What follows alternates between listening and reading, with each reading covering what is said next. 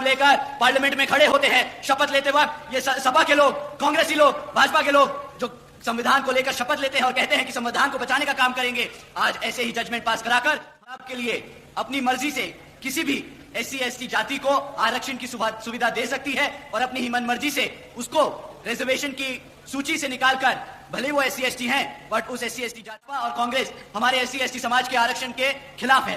वो हमसे हमारा आकाश आनंद अपने पुराने फुल फॉर्म में आ चुके हैं और पहले जैसे जिस तरीके से भाषण दे रहे थे लोकसभा चुनाव में, अब उसी फुल फॉर्म में आकाश आनंद आ चुके हैं और बीजेपी कांग्रेस को हर एक मुद्दों पर घेरते हैं और उनके पूरे जो उनका पोल है पूरा खोल कर रख देते हैं और बहन जी के कार्यकाल को बताते हैं। साथियों, अभी आपको बताएं, आकाश आनंद अभी फिलहाल हरियाणा में लगातार जनसभाएं कर रहे हैं। कार्यकर्ता सम्मेलन जो है हर एक जिले के हर एक विधानसभा में इस समय हरियाणा में लगातार बीएसपी और इनेलो का जारी है।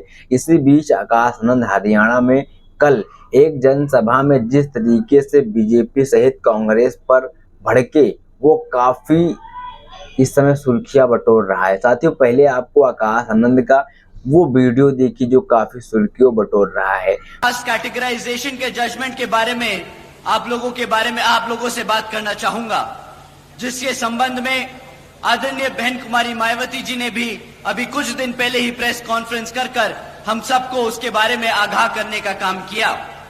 साथियों, वो जो जजमेंट दिया ऑनरेबल सुप्रीम कोर्ट ने, वो 650 पन्नों का था, परंतु उसकी मूल भाषा आपको मैं आपको बता दूं उसका मतलब क्या है। साथियों, उस जजमेंट के तहत अब राज्य की सरकारें SC ST के अंतर्गत अपने राजनीतिक लाभ के लिए अपनी मर्जी से किसी भी SC ST जाति को आरक्षण की सुविधा दे सकती है और अपनी ही मन मर्जी से उसको रिजर्वेशन की सूची से निकालकर, भले वो SC ST हैं, बट उस SC ST जाति को रिजर्वेशन के उससे निकालकर उनसे रिजर्वेशन छीनने का काम कर सकती है। साथियों, पहले मान्यवर साहब श्री कांशीराम जी ने और फिर आदरणीय बहन कुमारी मायावती जी ने हमें इसके बारे में कई बार आगाह किया है कि भाजपा और कांग्रेस हमारे SC ST समाज के आरक्षण के खिलाफ है। वो हमसे हमारा आरक्षण छीनना चाहते हैं, क्योंकि वो नहीं चाहते कि हमारा समाज पढ़ लिख कर अपने पैरों पर खड़ा होकर एक आत्मसम्मान की जिंदगी जी सके। साथियों, भाजपा और कांग्रेस की ये सोची समझी साजिश है, जिसके तहत ये जजमेंट पास कराया गया है। देश से आरक्षण खत्म करने का ये पहला कदम लिया गया है। साथियों, आप सभी जानते हैं, आरक्षण की मूल भावना प्रतिनिधित्व दिलाने की है, समाज को आगे बढ़ाने की है, लेकिन उसे बार बार गरीबी मिटाने की आड़ से बार बार आरक्षण को खत्म करने की कोशिश की जाती है। बोलते हैं आरक्षण का मतलब है गरीबी खत्म करना।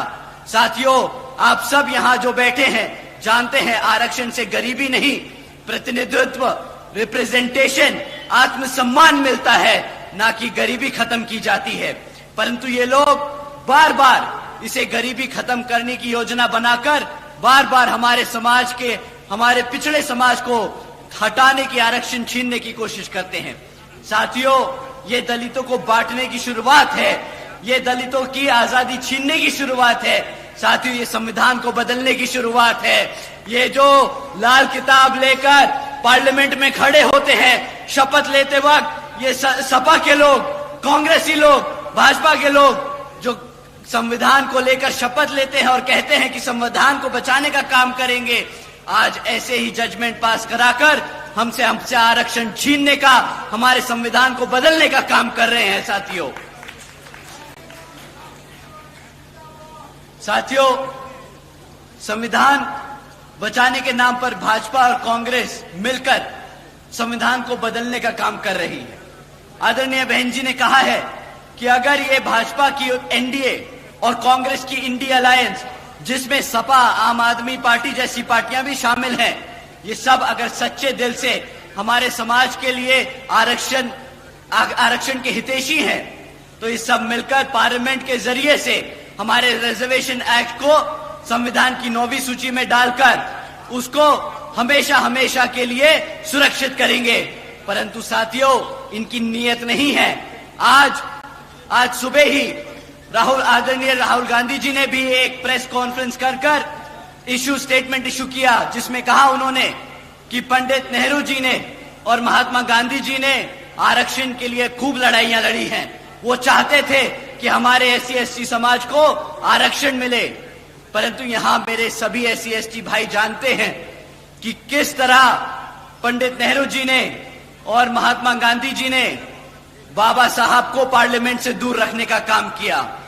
किस तरह वो जब बाबा साहब MP चुनकर पार्लियामेंट की कमेटी में पहुंचे, कॉन्स्टिट्यूशन कमेटी में पहुंचे, तो किस तरह उन्होंने बाबा साहब को इंडिया से हटाकर पाकिस्तान की कॉन्स्टिट्यूशन कमेटी में भेजने का काम किया।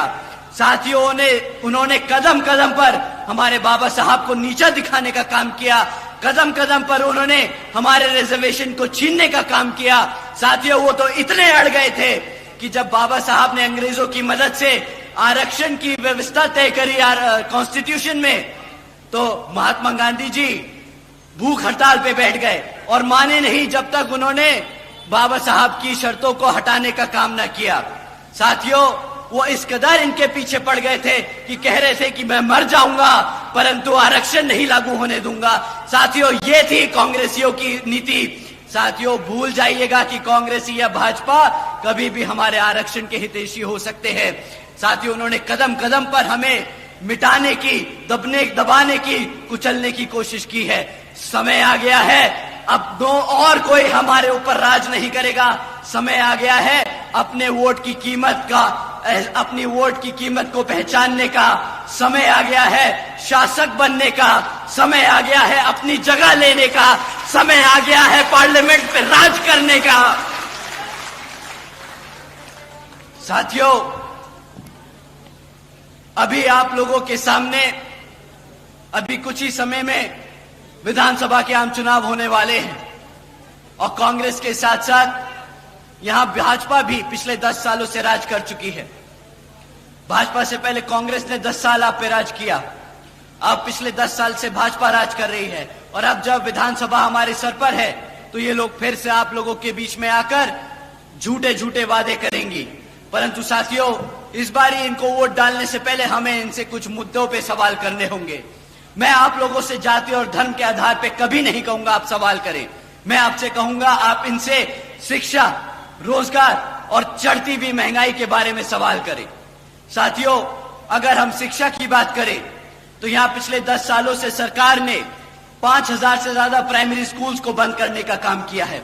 एक तरफ हमारे पढ़ने लिखने के बच्चे की संख्या बढ़ रही है, दूसरी तरफ ये सरकार हमारे बच्चों के प्राइमरी स्कूल बंद करने का काम कर रही है। एक तरफ साथियों 2000 से ज्यादा सीनियर सेकेंडरी स्कूल है हरियाणा में, जिसमें से 1000 से ज्यादा स्कूलों में प्रिंसिपल तक की पोस्ट पे प्रिंसिपल्स नहीं है। अब साथियों, ये बताइए कि पिछले 2027 से हमारे SC/ST OBC समाज के छात्रों को स्कॉलरशिप का पैसा मिला कि नहीं मिला? यहाँ पे जितने भी कॉलेज के बच्चे बैठे हैं, बताइए आपको स्कॉलरशिप का पैसा मिला कि नहीं मिला? भाई साहब, इतना कम मना करोगे ना तो सत्ता तो दूर की बात है, स्कॉलरशिप भी नहीं मिलेगी। तो अपनी जो दर्द और दुख है उसके लिए आवाज उठाइए और बताइए कि मिला कि नहीं मिला। साथियों, जिस तरह आपको स्कॉलरशिप का पैसा नहीं मिला, इसी तरह इस बारी कांग्रेस की और भाजपा को वोट नहीं मिलेगा। आप लोगों का वोट हाथी और चश्मे पे पड़ेगा।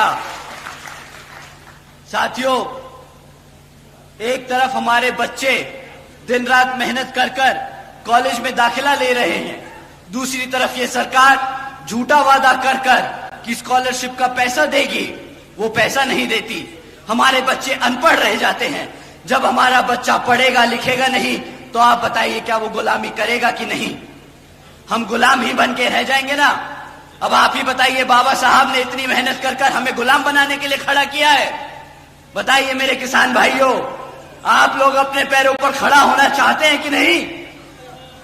साथियों, अगर आप अपने पैरों पर खड़ा होना चाहते हैं तो मैं आप लोगों से दरखास्त करूंगा कि आने वाले विधानसभा आम चुनाव में यहां बसपा और एनएलए के प्रत्याशियों को भारी बहुमत मतों से जिताकर श्री आदरणीय अभय सिंह चौटाला जी को मुख्यमंत्री बनाकर अपने यहां पर अपने लिए, अपने हितों के लिए काम कराने का काम करें आप सब। साथियों, एक तरफ ये भाजपा और कांग्रेस वाले हैं जो इस तरीके की काम करते हैं, इन नीतियों पे चलते हैं, और दूसरी तरफ हमारी आदरणीय बहन कुमारी मायावती जी की नीतियां हैं, जिसके तहत चलकर यहां पर भी हरियाणा में उसी संख्या में, उसी ताबड़तोड़ तरीके से यहां पे काम किए जाएंगे। जैसे बहन जी ने बसपा की सरकार के दौरान यूपी में सावित्रीबाई फुले बालिका शिक्षा योजना चलाई थी साथियों, जिसके तहत बहन जी ने 7 लाख से ज्यादा बच्चियों को 12वीं तक की शिक्षा प्राप्त करने के लिए 600 करोड़ से ज्यादा अपनी बच्चियों पर खर्चने का काम किया था। इतना ही नहीं साथियों, बहन जी ने 6 engineering colleges, 2 homeopathic colleges, 24 polytechnic colleges, 2 paramedical colleges, 6 universities, 200 से अधिक इंटर व डिग्री कॉलेजेस, 100 से अधिक ITIs, 550 से ज्यादा हाई स्कूल्स और हमारे प्राइमरी स्कूल्स के बच्चों के लिए 5,500 से ज्यादा प्राइमरी स्कूल्स बनाने का काम किया है साथियों।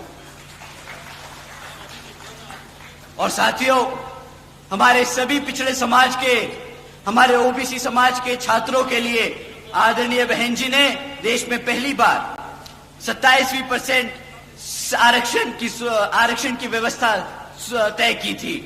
साथियों, लिस्ट बहन जी के कामों की इतनी लंबी है शिक्षा की क्षेत्र में कि मैं यहां पर बताते बताते छक जाऊंगा और दिन की भी रात हो जाएगी।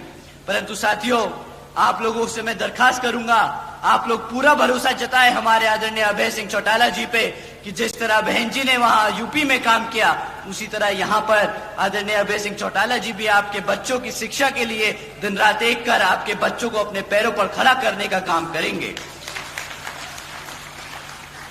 साथियों, आज हरियाणा का युवा बेरोजगार घूम रहा है।